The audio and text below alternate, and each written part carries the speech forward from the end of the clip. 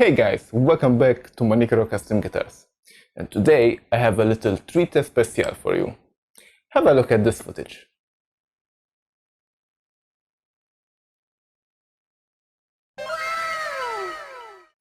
Fancy, right? Let me show you how I did it.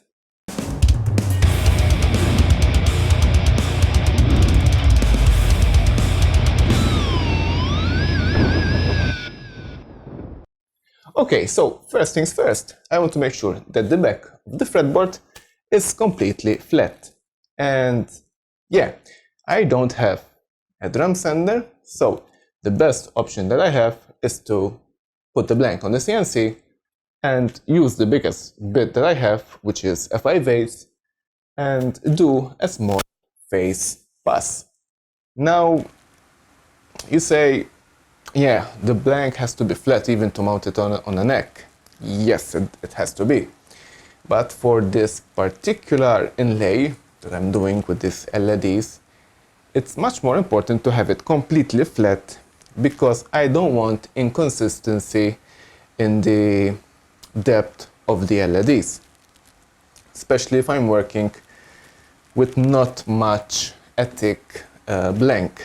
This is an 8.2 millimeter thick blank, and I already did a 0.1 of a millimeter face pass, so we're running around 8.1 millimeter blank.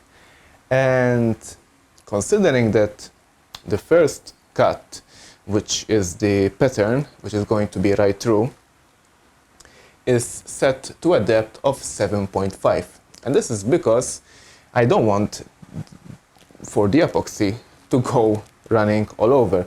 So in that cut, that particular cut, I should be leaving around 0.5 of a millimeter. With that cut, I should be leaving a 0.5 millimeter of material of the blank of the fretboard. So the pocket, technically, it won't be right through. Okay, so now I have a 1.6 millimeter spiral bit, and that I'm going to use for the pattern, for the inlays. And then after I'm done with the cutting, the next step will be mixing the epoxy, fill the inlays, and then it's a matter of let it dry for a week. And then we can continue doing the rest of the machining. Let's zero the tool, and we can start with the cutting.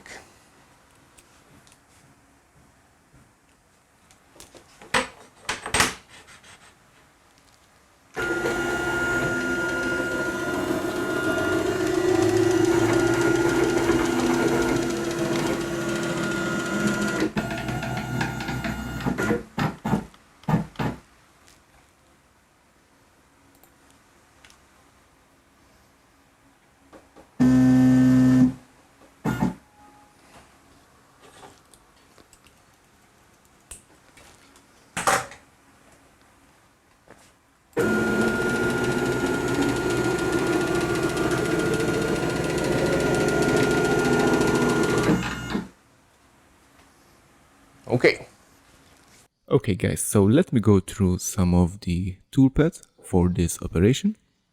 And the first one is the cutting of the inlay design. This is what you're going to see at the top of the fretboard. As you can see, the cutting goes further the thickness of the fretboard. Let me explain to you the thickness part of this cut. My final fretboard dimension will be 7 millimeters. And my blank, as I said, after the face pass, it's around 8 to 8.1 millimeter. Now this cut, the design cut, will be set for 7.5. And this is done, so the cut won't be through the blank. But it will be deeper than the final dimension of the fretboard.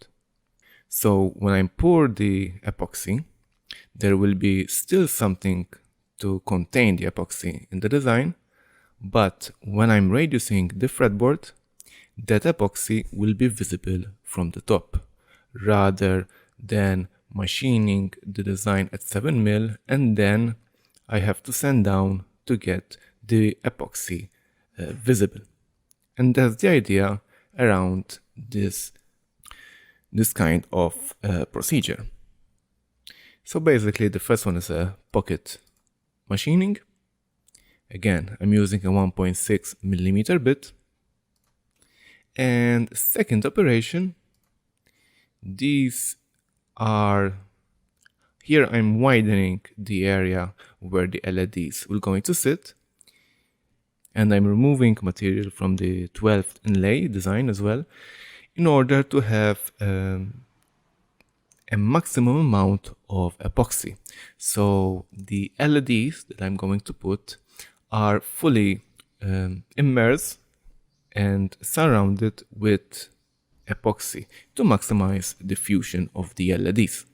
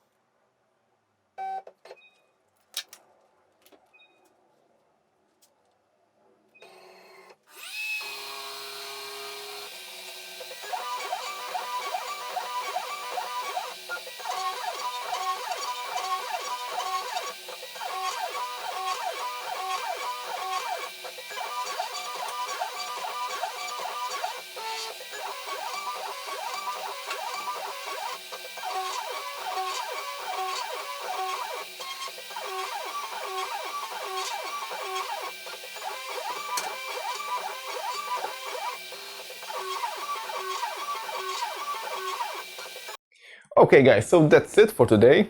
I hope you liked it, enjoyed it, and learned something from it. In the next episode, we'll be dealing with more machining for the LEDs and routing some channels for the wiring. If you're new to my channel, I invite you to subscribe to my channel and hit that notification bell so you will be aware about my future releases. I do guitar building and CNC related content. hit like, subscribe, share this with your friends, and until the next time, take care and goodbye.